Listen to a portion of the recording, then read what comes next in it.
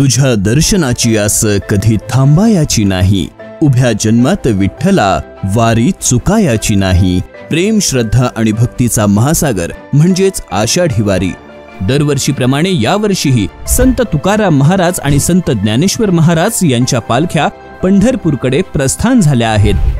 लाखोंच्या संख्येने वारकरी फक्त महाराष्ट्रातल्या कानाकोपऱ्यातूनच नव्हे तर संपूर्ण भारतातून विठुरायाच्या दर्शनासाठी पंढरपूर नगरीत एकत्र येत आहेत।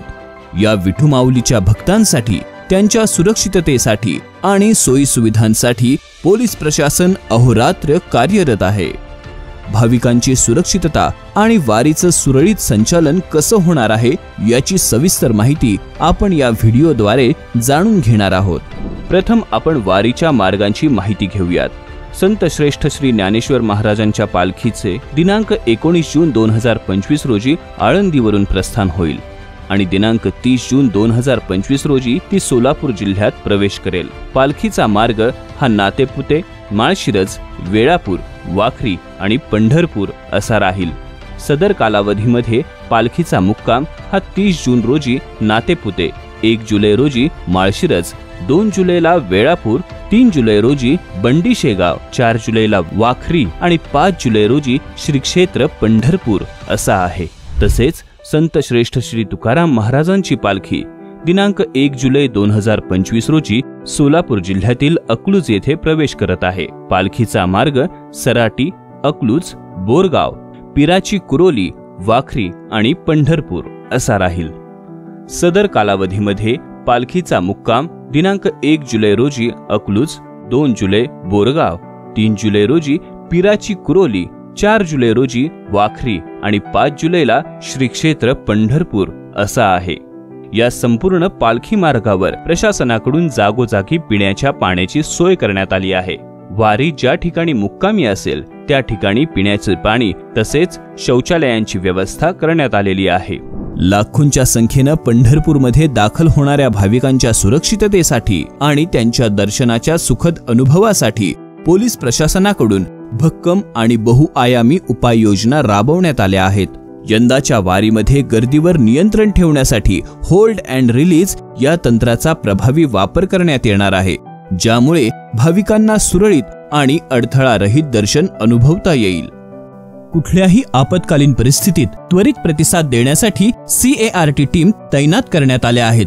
नामदेव पायरी, महाद्वार चौकी, महाद्वार घाट, पश्चिम घाट, चोफाळा, नाथ चौक, 65 एकर परिषद अशा ठिकाणी या प्रशिक्षित टीम कार्यरत असतील। गर्दीच्या ठिकाणी कम्युनिकेशन ऍक्शन रेस्क्यू करून भाविकांना सुरक्षित बाहेर काढून प्रथमोपचार देण्याचं काम या टीम करतील। या वर्षीच्या वारीमध्ये आपत्ती व्यवस्थापन आणि बचाव कार्यासाठी 200हून अधिक प्रशिक्षित स्वयंसेवक कार्यरत असतील। यामध्ये 28 ते 30 NDRFच्या कौशल्यपूर्ण पथकांचा देखील समावेश आहे। संत तुकाराम महाराज आणि संत ज्ञानेश्वर महाराज यांच्या पालख्यांचा सोलापूर जिल्ह्यात प्रवेश झाल्यानंतर पालखी मार्गावर कोणताही अडथळा निर्माण होऊ नये म्हणून विशेष प्रशिक्षित गामा कमांडो पथक तैनात करण्यात आलं आहे। यामुळे पालखी आणि लाखो भाविकांचा पंढरपूरकडचा हा पवित्र प्रवास निर्बंध विरहित, सुरक्षित आणि सुरळीतपणे पार पडेल याची पूर्ण काळजी घेण्यात आली आहे। संपूर्ण पंढरपूर शहर ड्रोन कॅमेऱ्यांच्या सतत देखरेखीखाली असणार आहे। शिवाय शहरातील मुख्य भागात CCTV कॅमेऱ्यांद्वारे 24/7 निगराणी ठेवण्यात येणार आहे। या सर्व नियंत्रण आणि समन्वयासाठी एक विशेष इंटिग्रेटेड कंट्रोल रूम तयार करण्यात आली आहे, जिथून सर्व घडामोडींवर बारीक लक्ष ठेवले जाईल आणि कोणताही अनुचित प्रकार टाळला जाईल। महिला वारकऱ्यांसाठी वारीतील अनुभव सुरक्षित व सुखकर करण्यासाठी राज्य महिला आयोगाच्या निर्देशांप्रमाणे सोलापूर ग्रामीण निर्भया पथके या काळात वारीसोबत कार्यरत राहणार आहेत। वारकऱ्यांसाठी प्रत्येक पालखी तळांवर पोलीस मदत केंद्र असेल। पोलीस प्रशासन, स्वयंसेवक आणि आपत्ती व्यवस्थापन यंत्रणा सर्वजण एकत्र येऊन या भक्तिमय वारीला सुरक्षिततेची पूर्ण शिदोरी देत आहेत। पालखी मार्गावर चालताना वारकऱ्यांनी रस्त्याच्या डाव्या बाजूने चालावे, तर रस्त्याच्या उजव्या बाजूने पालखी सोहळ्यातील वाहनांची वाहतूक सुरू राहील। तसेच सर्व स्टॉल धारकांनी आपले स्टॉल रस्त्याच्या डाव्या बाजूस लावावेत। पालखीच्या मुक्कामाच्या ठिकाणी पालखीच्या दर्शनासाठी स्त्री आणि पुरुषांसाठी वेगळी रांग असेल, तरी सर्वांनी रांगेतूनच दर्शन घ्यावे। तुझ्या दर्शनाची आस कधी थांबायची नाही। आपण वाहनतळांची सविस्तर माहिती घेऊयात। दिंड्यांसोबत वास्तव्यास येणारी सर्व प्रकारची वाहने 65 एकरमध्येच पार्क करायची आहेत। अहिल्यानगर, बार्शी, टेंभुर्णी, करकमकडून येणारी वाहने अहिल्या चौक ते शेटफळ रोडवर असलेल्या 65 एकरच्या मागील भागात असलेल्या वाहनतळावर पार्क करायची आहेत। सोलापूर, मोहोळ, तिऱ्हे मार्गे सोलापूरकडून येणारी वाहने ही भीमा बसस्थानक आणि शेटफळ रोडवरील 65 एकरच्या मागील भागात असलेल्या वाहनतळावर पार्क करायची आहेत। पुणे, सातारा, वाखरी मार्गे येणारी वाहने ही इसबावी, विसावा आणि 52 एकर मैदानात पार्क करायची आहेत। कराड, आटपाडी, दिगंची मार्गे येणारी वाहने ही श्रेयस पॅलेस जवळील वेअरहाऊसच्या शेजारील मैदानात पार्क करायची आहेत। कोल्हापूर, सांगली, मिरज व सांगोला मार्गे येणारी वाहने ही पंढरपूर शहराजवळील पंढरपूर सांगोला रोडलगत बिडारी बंगला येथे पार्क करायची आहेत। विजापूर, मंगळवेढा मार्गे येणारी वाहने ही आणवली चौक येथे कासेगाव फाटा बायपास मार्गे येऊन बिडारी बंगला parking, session court parking, Yamai Tukaram मंदिर मैदान येथे पार्क करायची आहेत। या सर्व वाहनतळावर प्रशासनामार्फत पिण्याच्या पाण्याची व स्वच्छतागृहांची सोय करण्यात आली आहे। या व्यतिरिक्त शहरात देखील विविध ठिकाणी पार्किंगची व्यवस्था करण्यात आलेली आहे। यामध्ये अंबाबाई पटांगण पार्किंग, संत घाडगेबाबा चौक पार्किंग, क्रीडा संकुल पार्किंग, खादी ग्रामोद्योग पार्किंग तसेच गजानन महाराज मठासमोरील पार्किंग इत्यादी पार्किंगचा समावेश आहे।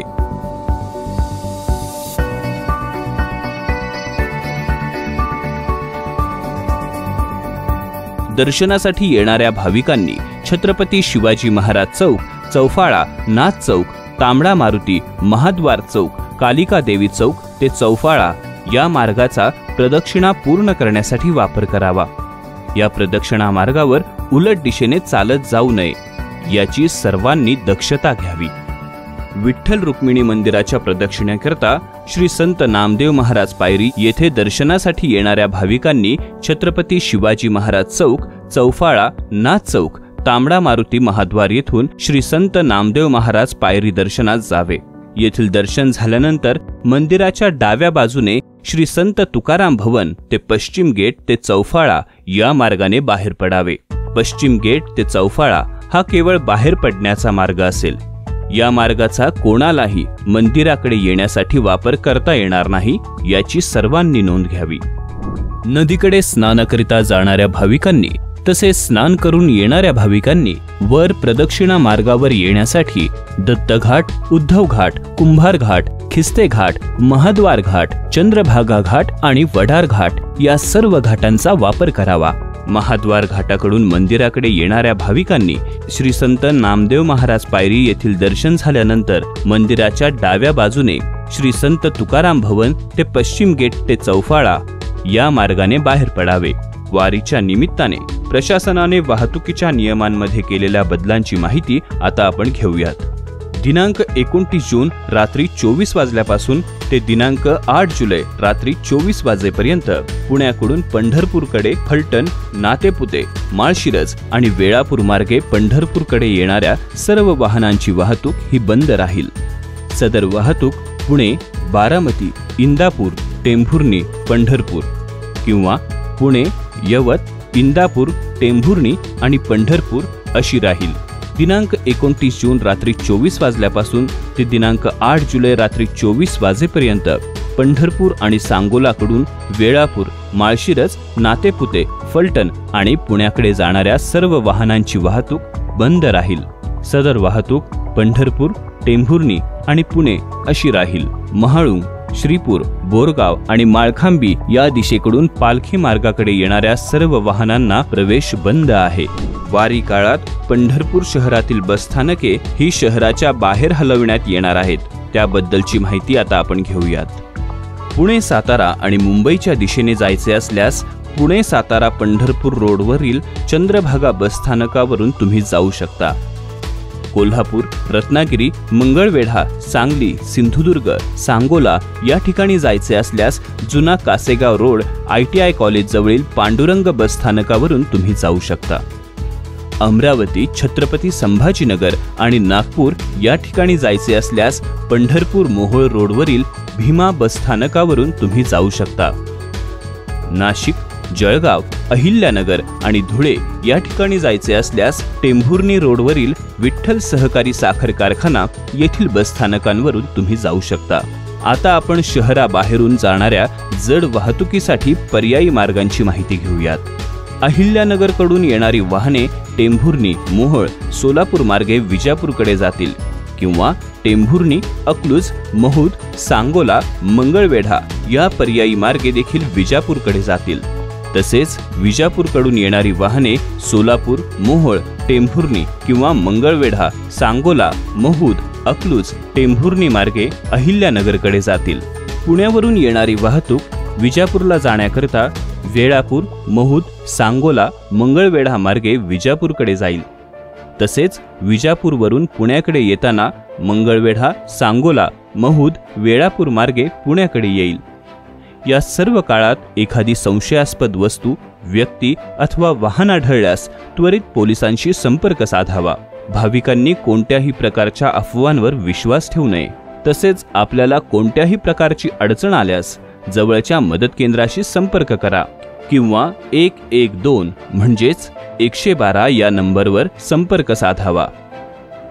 सोलापूर ग्रामीण पोलीस दल आणि जिल्हा प्रशासन आपल्या सेवेसाठी सज्ज आहे। आपणही पोलीस दलास सहकार्य करून हा सोहळा शिस्तबद्धरित्या संयमाने पार पाडावा ही नम्र विनंती।